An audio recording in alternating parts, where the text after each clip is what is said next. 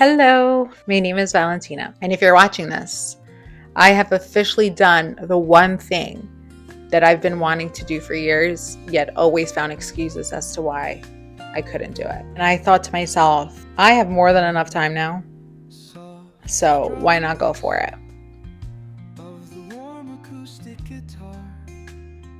A few months ago, I probably made the biggest decision of my life.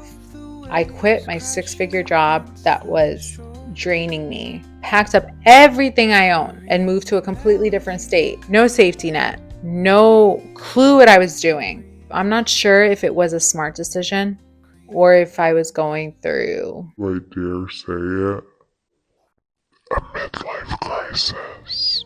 Yet I've never felt more at peace and content.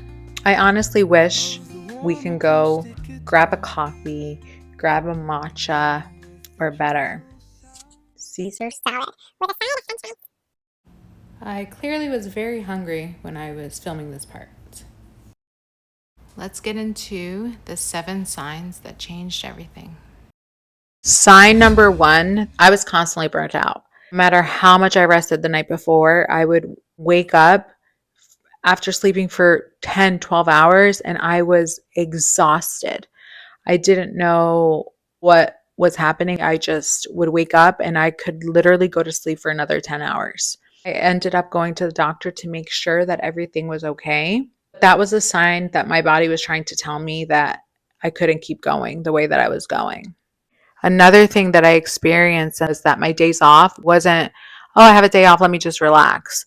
It was me recovering from the days prior. Sign number 2 was that my job became my identity. I stopped doing all those things that brought me joy previously. Like I stopped going out for walks, I stopped working out, I stopped spending time with my friends and family. I basically stopped being myself, gained about 30 pounds because I stopped working out, I stopped eating healthy, I started losing a lot of hair.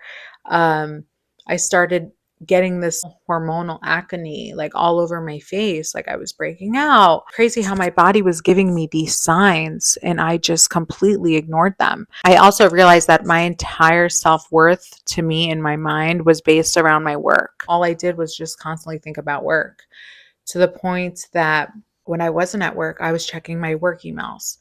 When I was on the beach, I was checking my work emails. I felt guilty if I didn't respond to emails within the first hour of them being sent to me, which, listening to myself talk about it is insane. If you're going through this, just know you're not alone. Sign number 3. So I started dreading Mondays. I started dreading Tuesdays. I started dreading Wednesdays and Thursdays. And I started realizing that I wouldn't get the Sunday scaries. I would start panicking on Fridays, knowing that, yeah, I have the next 2 days off, but I have to redo it all over again on Monday. The pit in my stomach was a permanent thing. Number 4. I was in a very toxic work environment that I didn't realize how toxic it was until I got out of that environment. You always try to tell yourself, oh, that's normal. Like everybody goes through this. Everybody has this situation happen at work. But if you were to hear your friend talk about it and say this to you, you would be like, that's not normal. For me, it's so important to be with a company that you're aligned with. The company I was working for was just not the right fit. So sign number 5 is that I realized that I had stopped dreaming about the future, really just living the everyday motions, but I didn't have anything that I was like looking forward to or I was working towards, because quite frankly, I was not focused on climbing the corporate ladder, because at that point I was just like, I want to climb down the ladder. I don't want to climb up anything anymore. It almost felt as I was a robot. I would wake up, go to work, rush home, do nothing, but get ready for work the next day.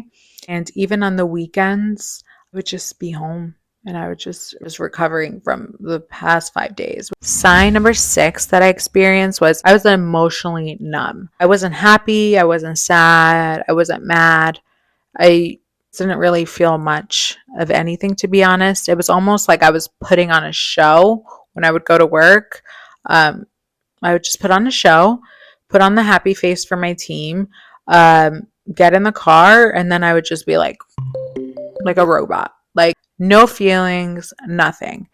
The last sign, and I think this sign is probably the one that helped me push that send button for my resignation letter, was that I couldn't picture myself doing it for another like one more month. Instead of me focusing on getting a promotion or climbing the corporate ladder, I was daydreaming about quitting. I was daydreaming about the day that I officially start my 2-week notice. That's what I was daydreaming about and how that would feel. And like I said, I left this job that thought it was going to bring me fulfillment and happiness, but in actuality, it was doing the opposite.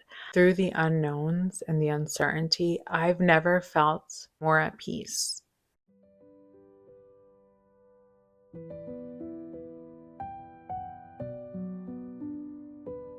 Those are the 7 signs that I experienced and told me it was time to pack it up, literally, and leave.